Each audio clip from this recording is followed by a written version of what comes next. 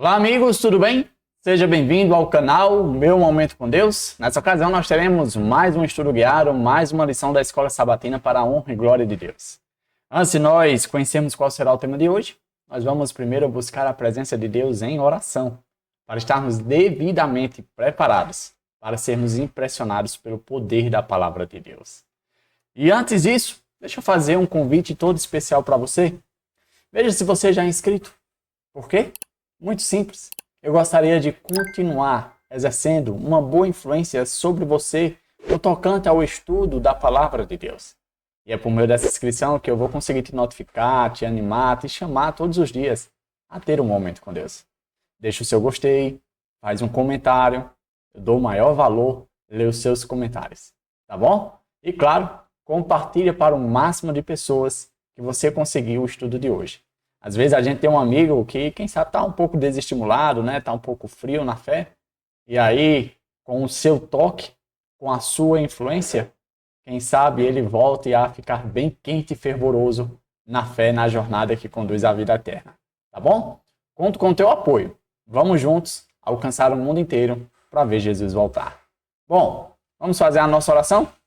Feche seus olhos, ore comigo. Senhor Deus, que estás nos céus, muito obrigado, Pai, por mais uma oportunidade de poder estudar a Tua palavra, de poder passar tempo contigo e, acima de tudo, de poder me reunir junto com essas pessoas que também estão colocando o Senhor como prioridade na vida delas. Que o Teu Santo Espírito fale aos nossos corações e que, de maneira extraordinária, a gente venha a Te conhecer a cada dia mais. Perdoa os nossos pecados, fica conosco, em nome de Jesus Cristo. Amém. Pois muito bem, antes de nós tomarmos conhecimento do estudo de hoje, de terça-feira, se faz necessário a gente trazer à memória o verso para memorizar. Ele está ali em Filipenses 2:2, que diz: completem a minha alegria, como? Tendo o mesmo modo de pensar, tendo o mesmo amor e sendo unidos de alma e mente. Que eu e você possamos, de fato, não apenas refletir as palavras que Paulo direcionou à sua audiência e se estende a mim e a você nesse dia, mas que de fato a gente possa buscar viver isso na prática, tá bom? O tema do estudo de hoje, de terça-feira, é implante mental ou cirurgia mental? Implante mental ou cirurgia mental? O que será que vai falar hoje? Eu achei interessante esse tema porque a introdução do estudo chamou a atenção para algo que, quem sabe, alguns talvez nem entenderam, a correlação com o que o estudo quis transmitir. Olha só esse ponto. Muitas empresas estão desenvolvendo tecnologias que combinam o poder dos computadores com o cérebro humano. Nós vivemos um período bastante tecnológico, não é mesmo?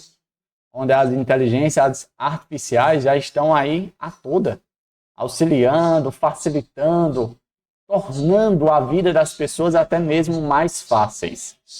E isso é interessante porque essas empresas também criaram mecanismos ou chips ou implantes que estão auxiliando, tornando a vida das pessoas melhores. Pessoas que tinham mal de Parkinson, pessoas que foram diagnosticadas com depressão, pessoas que tinham algum problema conectado ou relacionado à parte do cérebro. E aí essas invenções, essas tecnologias estão auxiliando, ajudando. Só que aí levanta um questionamento. Será que essas tecnologias, com o passar do tempo, não terão também a capacidade de controlar a nossa mente? Isso é um questionamento bastante válido, porque quem controla a mente, controla todo o corpo. E aí nós precisamos estar bastante atentos. Quem está no controle? É você que está no controle?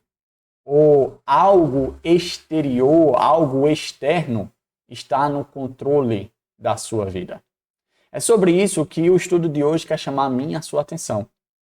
A quem devemos delegar o controle das nossas vidas? Por isso que o tema é um implante mental, ou seja, uma coisa que vai ser somada ao que você já tem, ou uma cirurgia mental. Uma cirurgia dá uma ideia de transferência, né? De colocar algo dentro que não pertence, né? Então nós vamos, no final do estudo, chegar à melhor resposta. Um implante ou uma cirurgia? Bom, um outro ponto que eu destaquei diz assim, ó. O fluxo constante de informações a que somos expostos programa a nossa mente, molda nossos pensamentos e orienta nossas ações. De fato, é isso mesmo. Se você não entendeu, o que esse ponto que eu destaquei quer dizer é o seguinte: a depender do que os seus olhos, seus ouvidos, né, as rodas de conversas, os ambientes que você tem frequentado, tudo isso acaba, de certo modo, influenciando nas nossas ações, na nossa maneira de ser. E isso é interessante, porque, por exemplo, pessoas que consomem, vou dar um exemplo aqui, muito conteúdo político, ela tende a falar somente de conteúdo político, independente da ideologia.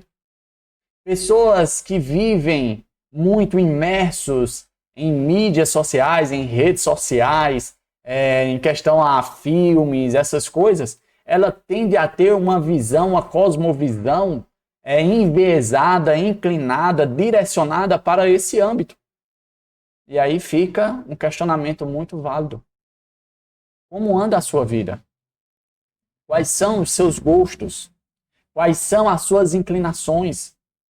Será que os seus gostos, as suas inclinações não estão sendo influenciadas exatamente por meio daquilo que você anda se alimentando, seja pelos olhos, seja pelos ouvidos, seja pelo ambiente? Isso é algo para se refletir, algo para se pensar. Por quê?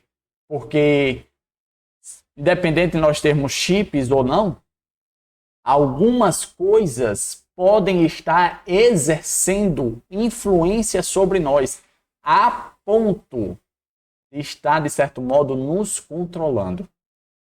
E isso é algo preocupante. Olha esse outro ponto que eu destaquei, diz assim, ó.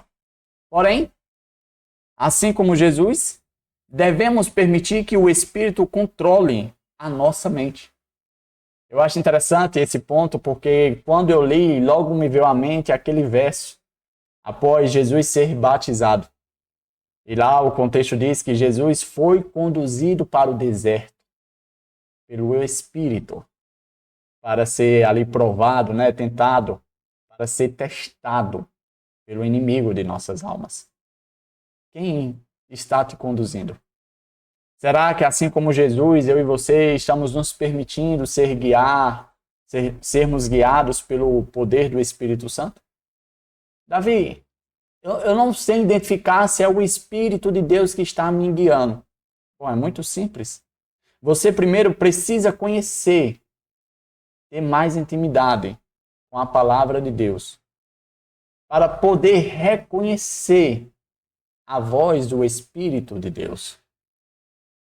Se você não conhece a Deus, os planos de Deus, a vontade de Deus, não terá como discernir ou identificar a voz do Espírito de Deus. Veja que Jesus ele tinha um íntimo relacionamento com o Pai. Em várias ocasiões, ele deixou bem claro que ele não fazia a própria vontade, mas a vontade do Pai dele, nosso Deus. Então eu e você precisamos estar intimamente ligados nos mesmos passos de Jesus, sendo de fato coerentes com o título que carregamos, que é de cristãos. Ao termos esse grau, esse nível de intimidade com Deus, iremos também identificar com muita clareza a voz do Espírito Santo falando ao meu coração, ao seu coração, nas nossas mentes. E dessa forma, tomarmos as melhores decisões para a vida.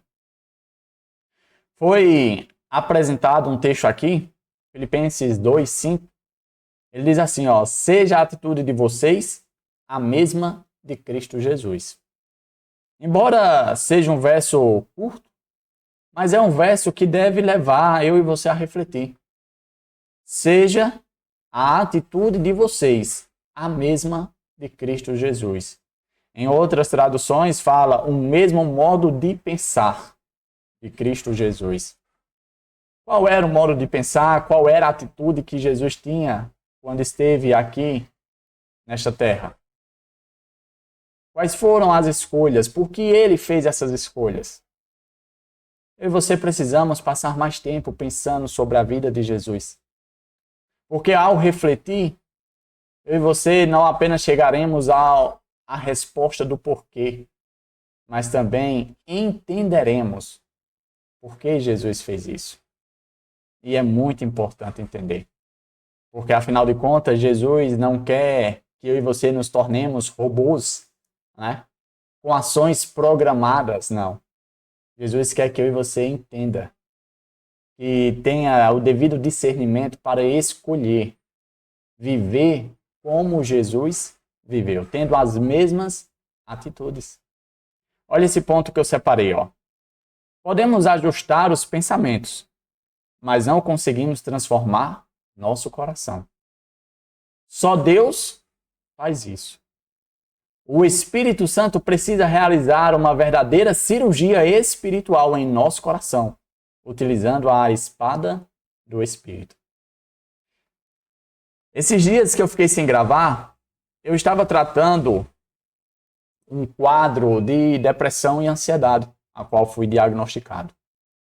E em uma das terapias que eu fiz, o meu psicólogo falou sobre a importância de rejeitar pensamentos intrusivos, pensamentos danosos, pensamentos negativos. E é como a lição bem disse, nós temos o controle disso. Quando vir algum pensamento ruim, porque infelizmente a nossa inclinação ao contexto do pecado provoca isso em nós, eu e você temos o poder de dizer, pare por aí. Não é assim. Eu não quero pensar isso. E já mudar, já fazer com que a mente pense outra coisa, se ocupar com outra coisa. Nós temos esse poder. Porém, nosso poder é limitado.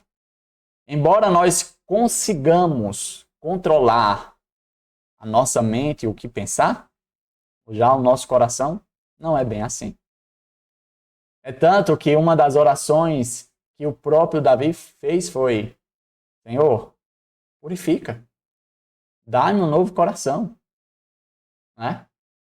Davi reconhecendo as inclinações, o quão deturpado, o quão ruim, danoso e mau o seu coração poderia ser, Davi disse: olha, Senhor, eu quero um novo coração. Eu quero que o Senhor faça uma obra, uma cirurgia, um transplante, porque esse que eu tenho não dá certo. E de fato, o nosso coração, ele só pode ser ajustado, melhorado, transformado pelo poder da palavra de Deus, que é por meio da atuação do Espírito Santo. No finalzinho do ponto, falou aqui sobre a espada do Espírito.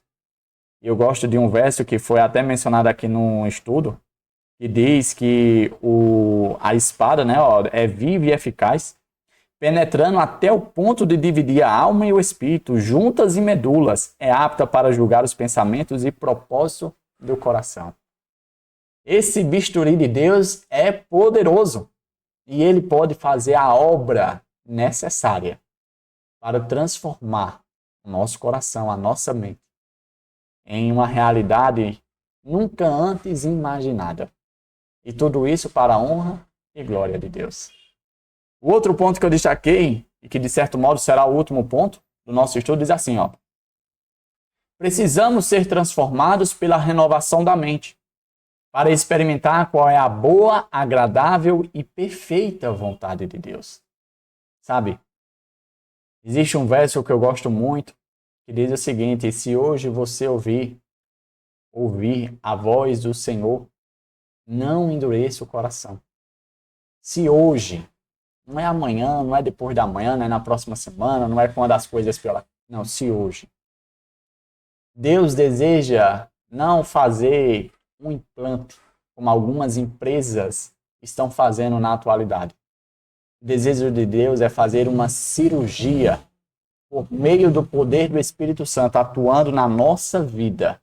Implantar em nosso coração o caráter de Cristo. e por meio desse caráter, nós andarmos em novidade de vida. Nós andarmos de forma transformadas, renovadas, de uma forma que nós estaremos completamente distonante do presente século. Chegamos ao fim de mais um estudo. Hoje falando sobre o tema implante mental ou cirurgia mental. A pergunta que eu faço para você responder aí no comentário é: qual dos dois você vai optar? Um implante ou uma cirurgia? Que o Papai do Céu possa te abençoar e que o Espírito de Deus possa te conduzir aqui para amanhã mais uma vez. Nós temos o nosso estudo guiado, o nosso estudo da lição da Escola Sabatina. Nosso momento com Deus. Eu estarei te esperando. Se puder, convida o máximo de pessoas que você conseguir, para dessa forma, juntos, termos o nosso particular com Deus. Até a próxima e tchau, tchau.